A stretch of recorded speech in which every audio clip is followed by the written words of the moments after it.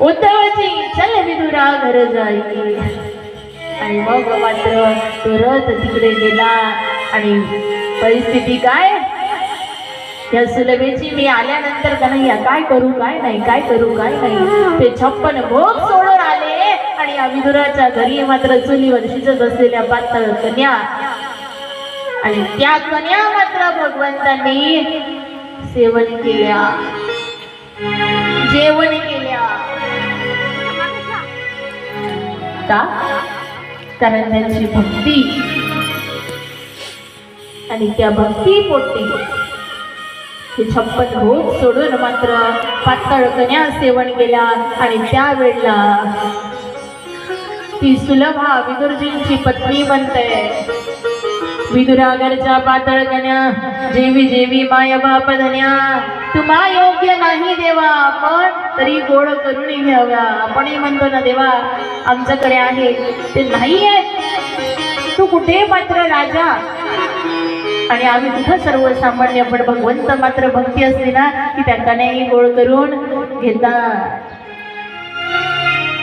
आणि ज्या वेळेला खाल्ल्या ना देवाने, देव स्वतः सांगणारे 56 भोग काय, त्याच्याही पेक्षा वरिष्ठ स्वाद या कन्यांचा येतोय. म्हणून तर म्हणले दुर्योधने का मेवा त्यागे, साग विदुर खाई. का? कारण सबसे ऊंची प्रेम सगाई, सबसे ऊंची प्रेम सगाई.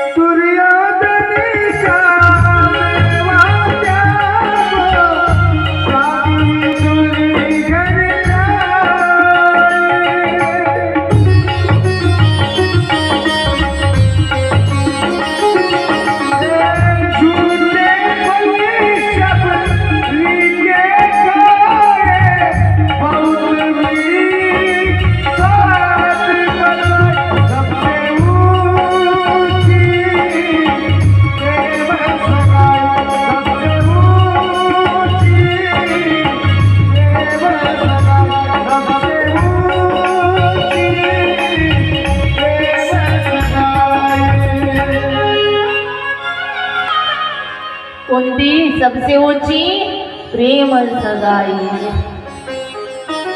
आणि म्हणून त्या प्रेमापोटी मात्र दुर्योधनाच्या घरचं सगळं त्यागलं आणि विदुरा घरी कन्या खाल्ल्या आणि तृप्त भगवंत झाले. का? कारण विदुरांनी मात्र या कन्याचं कावळीनं आपण सर्वस्व दिलं होतं. कारण दुर्गुणांचा संग त्यागला आणि एकांत वासात 12 वर्ष राहिले आणि नंतर भगवंत आले. विदुराकडेच म्हणून नाही तर शबरीचे ही मात्र उष्टे मोर देवाने खाल्ले.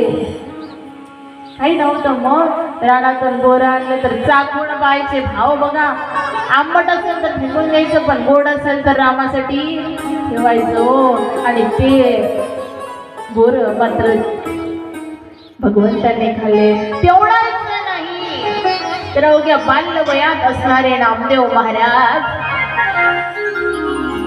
भगवंतासाठी नैवेद्य घेऊन गेले. तर काय साक्षात वर्णन आहे नामदेव महाराजांच्या चरित्रामध्ये. कोणी म्हणाल देव जेवतो का? बरोबर ना, पण भाव असेल तर भगवंत जेवतात. आणि हे दाखवून दिलं संत नामदेव महाराजांनी अवघे 5 वर्षाचे बालक आहे नामदेव महाराज, आणि अवघ्या 5 वर्षाच्या बालकाला काय समजतं?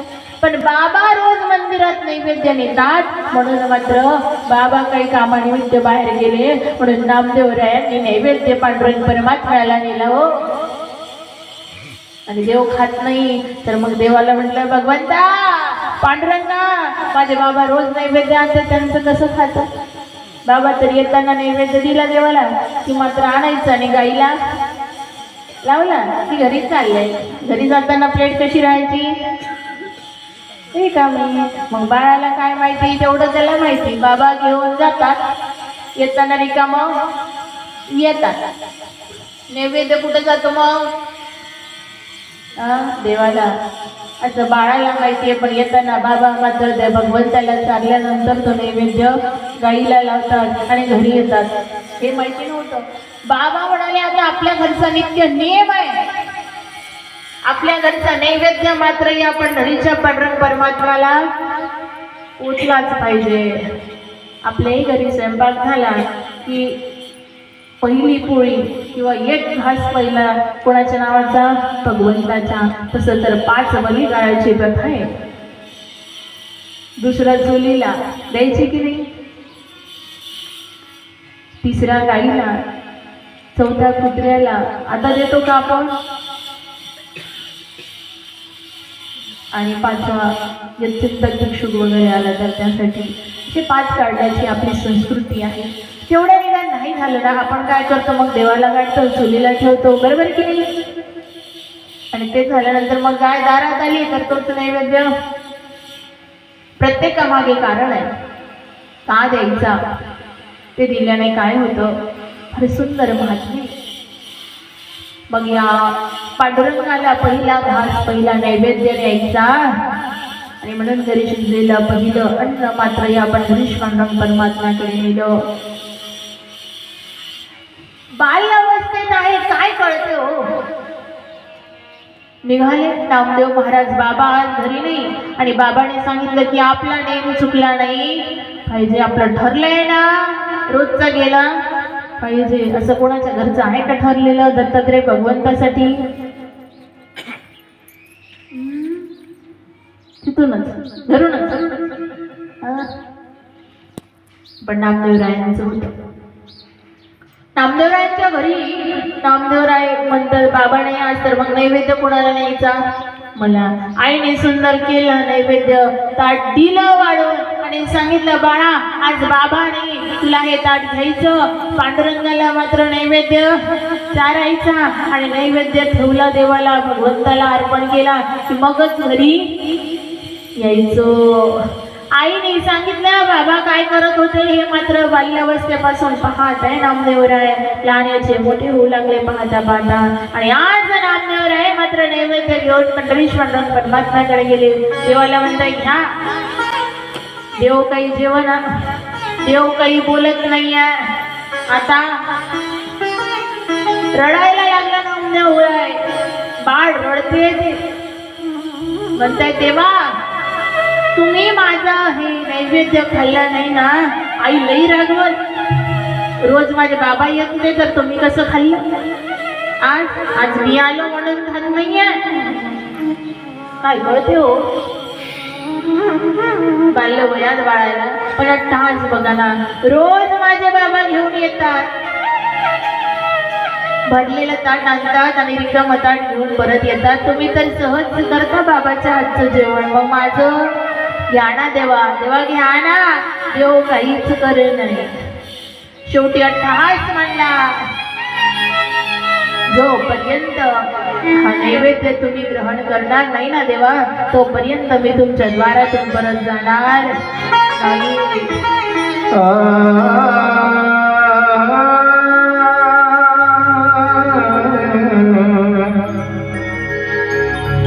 जेवी विठ्ठला,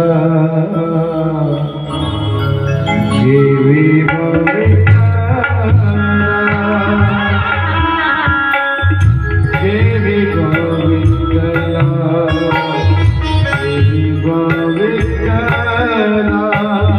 जेवी विठ्ठला, जेवी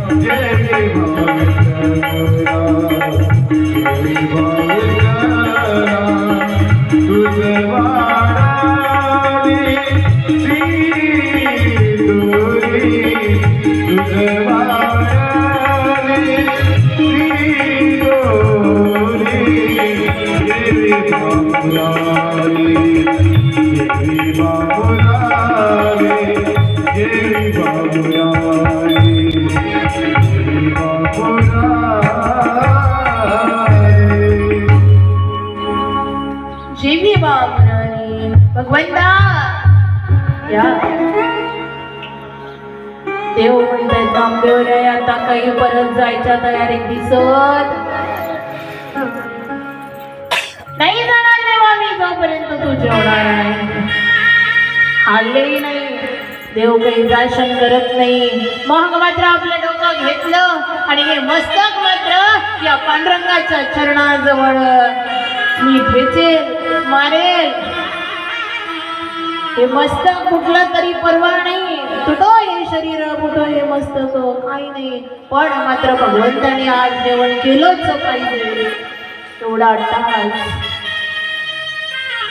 जसं आपटणार भगवंताने मात्र काय तर ती पाषाणाची दगडाची असलेली मूर्ता मात्र थरथरा कापायला लागली हो वर्णन येते पाषाणाची मूर्ती थरथरा कापली जीवोची लागली राम्यास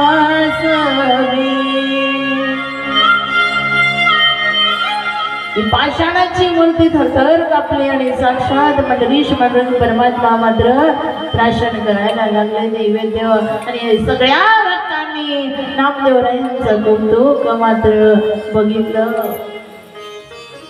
आश्चर्य केलं की आजपर्यंत नेला वडिलांच्या हातचा भगवंताने स्वतः मात्र ठेवला नाही पण आज मात्र एवढ्याशा नामदेवरायांचा नैवेद्य भगवंत सेवन करतोय. अगदी त्याच प्रमाणे आपल्या या अल्लीपूर नगरीचं वैभव असणारे बालानंद महाराज, श्री सद्गुरू बालानंद महाराजांनी देखील काय केलं, तेच केलं ना. हो या बाल्यवयात 5 वर्षात 4 वर्षात मात्र भगवंताची आराधना करते. लहानाचे मोठे होऊ लागलेत, भजनात बसू लागलेत, रोज नित्यनेमाने बाबा पूजा करते. अगदी नामदेवरायांच्या वडिलाप्रमाणे श्री बालानंद महाराजांचे वडील पूजा करायचे. पूजा झाल्यानंतर तुळशी वृंदावनाला मात्र श्री विष्णूची प्रतिमा ठेवून पूजा करायचे, वंदन करायचे, नमन करायचे. आणि परिणाम बालानंद महाराजही तसेच करत होते. हा भक्तांचा आवाज महिमा आहे हो. म्हणून भगवंत मात्र त्यांचं सेवन करतो. आणि पुढे श्रीकृष्ण कन्हैया लाल तिथून निघून गेले. आणि मग विदुरजींना ज्या क्षणाची वाट आतुरता लागली होती, ती आतुरता मात्र संपली, कारण भगवंताची भेट झाली. आणि पुढे विदुरजी तीर्थयात्रेकरिता निघाले.